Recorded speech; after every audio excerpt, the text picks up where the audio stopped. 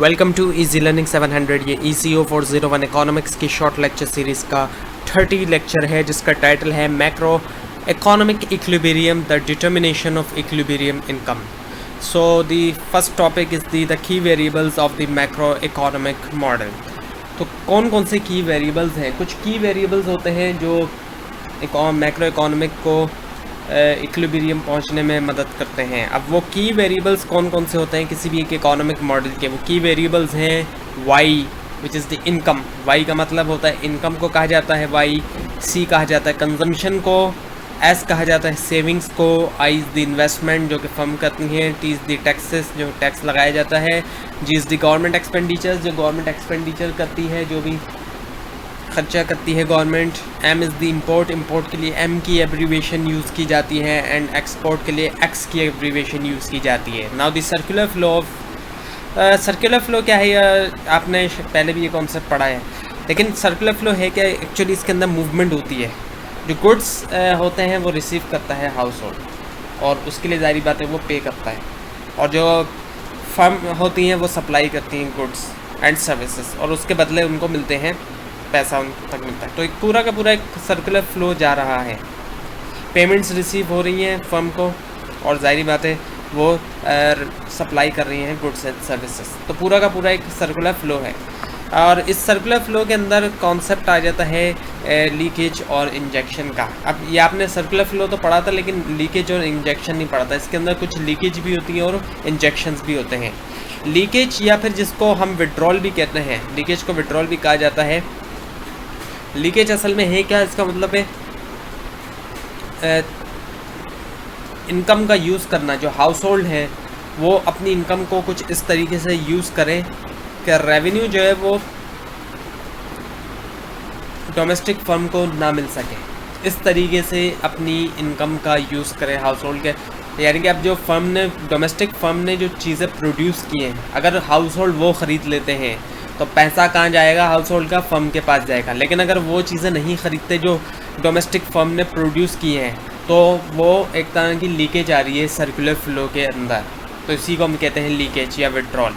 और जाहिर बात है इसमें क्या क्या चीज़ें शामिल हो सकती हैं? सेविंग्स शामिल है, कोई पैसा सेव कर देता है बैंक में, टैक्स है, या वो इम्पोर्ट कर लेता है, बाहर से कोई चीज़ मंगाता है। अब ये तमाम चीज़ें जो है वो लीकेज के अंदर आ जाती हैं, क्योंकि क्या हुआ, इससे डोमेस्टिक फर्म को तो कोई फ़ायदा नहीं हुआ, उसको तो कोई पैसा नहीं मिल रहा है। पैसा लग रहा है, हाउस होल्ड ने पैसा तो खर्च किया, लेकिन वो पैसा डोमेस्टिक फर्म की किसी चीज़ पे नहीं हुआ स्पेंड। इंजेक्शंस क्या हैं? अच्छा, इंजेक्शंस भी होती हैं। इंजेक्शंस का मतलब ये कि पेमेंट्स टू फर्म्स, यानी कि फर्म्स को पेमेंट्स मिलती हैं, लेकिन वो पेमेंट्स हाउस होल्ड के थ्रू नहीं मिलती। वो पेमेंट्स मिल सकती हैं गवर्नमेंट स्पेंडिंग के थ्रू। गवर्नमेंट स्पेंड कर रही है या फिर फर्म अपनी इन्वेस्टमेंट करती है, या फिर एक्सपोर्ट कर लेती है। तो उस तमाम चीज़ों के ज़रिए जो भी फर्म्स को पेमेंट्स मिलती है उसको हम कहते हैं इंजेक्शन। तो सर्कुलर फ्लो के अंदर इंजेक्शन भी होती रहती है और वो लीकेज भी होती रहती है। इसको हम कहते हैं injection and leakage. Now the injection and leakage, after the injection leakage there is a macroeconomic equilibrium, the classical view and the Keynesian view. अब जो क्लासिकल और कीन्सियन व्यू का जो फ़र्क है मैक्रो इकोनॉमिक इक्विलिब्रियम, उसको समझते हैं। सो क्लासिकल के मुताबिक इक्विलिब्रियम तब होगा मैक्रो इकोनॉमिक के अंदर जब एस बराबर होगा आई के, यानी कि सेविंग्स बराबर होगी इन्वेस्टमेंट के। सेविंग्स आपको पता है क्या होती है? बैंक में सेविंग करवाना, उसके बदले इंटरेस्ट लेना। और इन्वेस्टमेंट जाहिर बात है वही फंड्स, वही लोनेबल फंड्स जो है वो फर्म्स लेती हैं इन्वेस्टमेंट के लिए। तो सेविंग लाजमी बराबर होना चाहिए इन्वेस्टमेंट के। गवर्नमेंट जितने भी उसके एक्सपेंडिचर वगैरह हैं वो बराबर होने चाहिए उसके टैक्स के। और इम्पोर्ट जो है वो बराबर होनी चाहिए एक्सपोर्ट के। यानी एस बराबर लाजमी हो आई के, जी बराबर हो लाजमी टी के, और एक्स बराबर हो लाजमी एम के। ये कहना था क्लासिकल का, तब जाके इक्विलिब्रियम अचीव होगा। जबकि कीन्सियन ने कहा कि इससे फ़र्क नहीं पड़ता कि एस बराबर जो वो टी आई के है, यानी कि सेविंग जो है इन्वेस्टमेंट के बराबर है, या फिर गवर्नमेंट का एक्सपेंडिचर टैक्स के बराबर है, या फिर इम्पोर्ट टैक्स के बराबर है। कीन्सियन के मुताबिक एस टी एम बराबर होना चाहिए आई जी एम के, यानी कि सेविंग, टैक्स और इंपोर्ट बराबर होना चाहिए investment, government expenditure and the export के। तो इन तीन चीज़ों को, इन तीनों चीज़ों के ओवरऑल बराबर होना चाहिए, तो उसको हम कहेंगे इक्विलिब्रियम। इसके अलावा हम कीन्स के इक्विलिब्रियम को इस तरह भी रिप्रेजेंट करते हैं।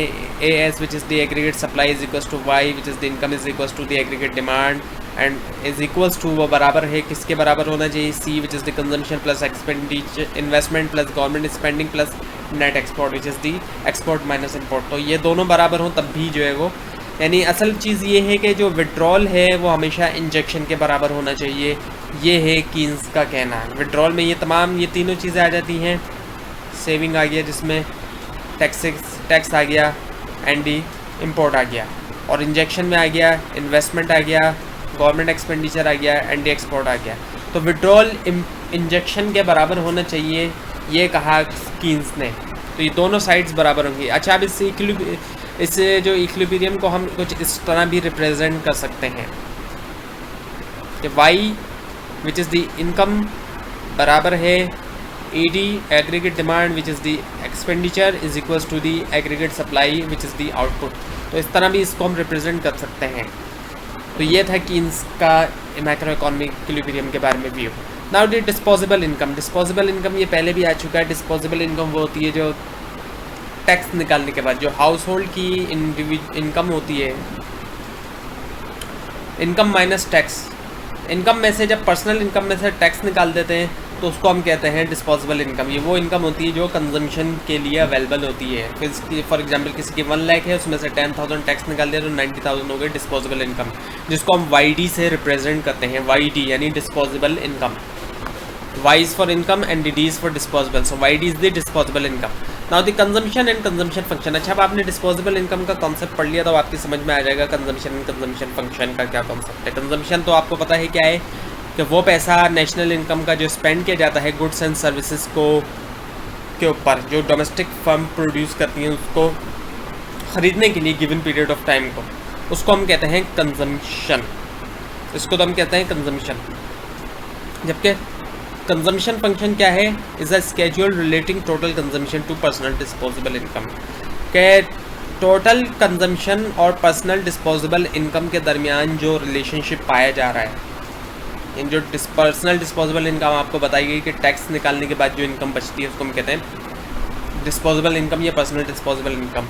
तो वो इनकम और टोटल कंजम्पशन, अब उसमें से कितना लोग कंजम्पशन करते हैं, यानी जो उनके पास टैक्स निकालने के बाद इनकम आ रही है वो इनकम और उस इनकम में से लोग जितना खर्च करते हैं, उन दोनों के दरमियान जो एक रिलेशनशिप बन जाता है उसको हम कहते हैं कंजम्पशन फंक्शन।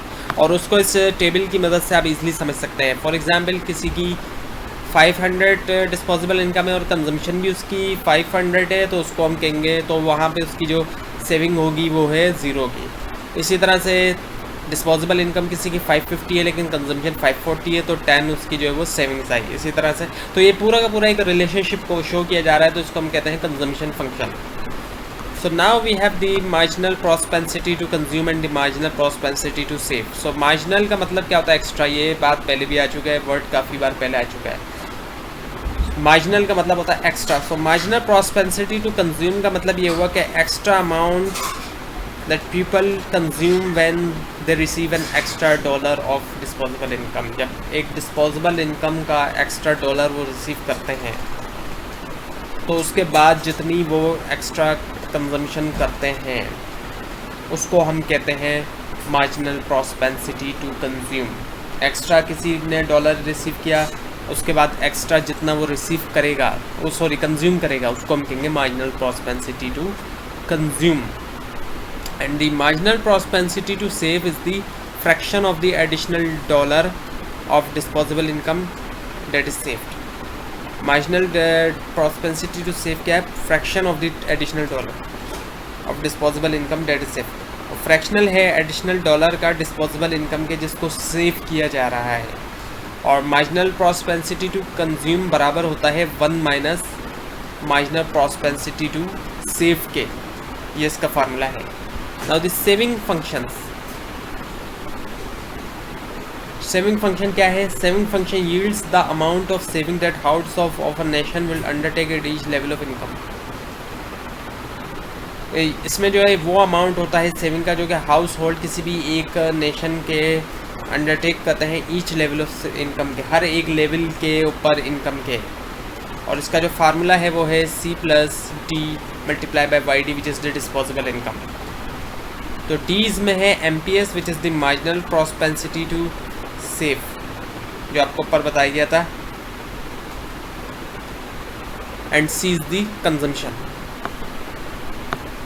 अब कुछ फार्मूले देखते हैं कैलकुलेशन के बारे में। अब calculation of APC which is the average propensity to consume, APS average propensity to save, and the MPC which is the marginal propensity to consume and the marginal propensity to save। अब average propensity to save consume का क्या formula है, which is the APC is equals to the C which is the consumption divided by the disposable income, and average propensity to save का formula है APS is equals to the saving divided by the disposable income। Marginal propensity to consume का formula है, marginal का मतलब होता है extra. तो अब आपने मार्जिनल की जब बात होगी तो इसमें देखें जो फार्मूले हैं दोनों, मार्जिनल प्रोपेंसिटी टू कंज्यूम और सेव में दोनों में डेल्टा की बात हो रही है। डेल्टा जो आप जो यहाँ पे ये साइन देख रहे हैं ट्राइंगल, ये जो ट्राइंगल है इसको डेल्टा कहा जाता है और इसका मतलब होता है चेंज आना। So the change in the consumption divided by the change in the disposable income, and the marginal propensity to save is the change in the saving divided by the change in the disposable income. और इसका एक और formula ये भी है कि 1 minus MPC which is the marginal propensity to consume. तो ये था आज का लेसन। आपको कोई भी कन्फ्यूजन है नीचे कमेंट ज़रूर कीजिए और इस पूरी सीरीज़ को देखने के लिए इस चैनल को सब्सक्राइब कीजिए। Thanks for watching.